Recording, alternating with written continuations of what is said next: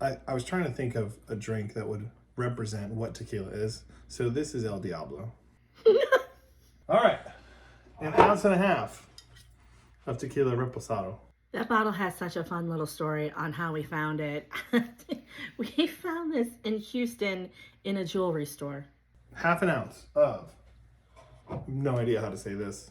Crème de Cassis. That's how you say it. See what I did there? Ha!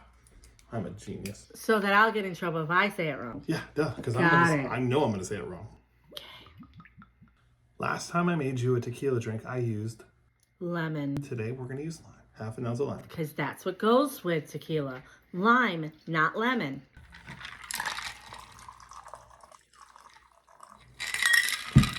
And a dash. I don't know how to describe the color of this drink. Ginger beer. About 3 ounces.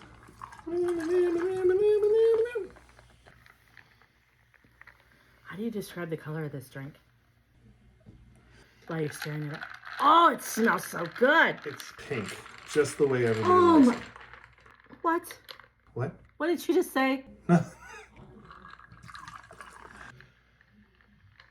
Cheers to El Diablo. I already hate this.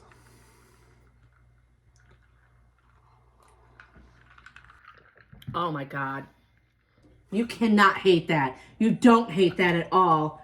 That's so good. You don't even taste the tequila. You can't even tell me you taste the tequila because you don't.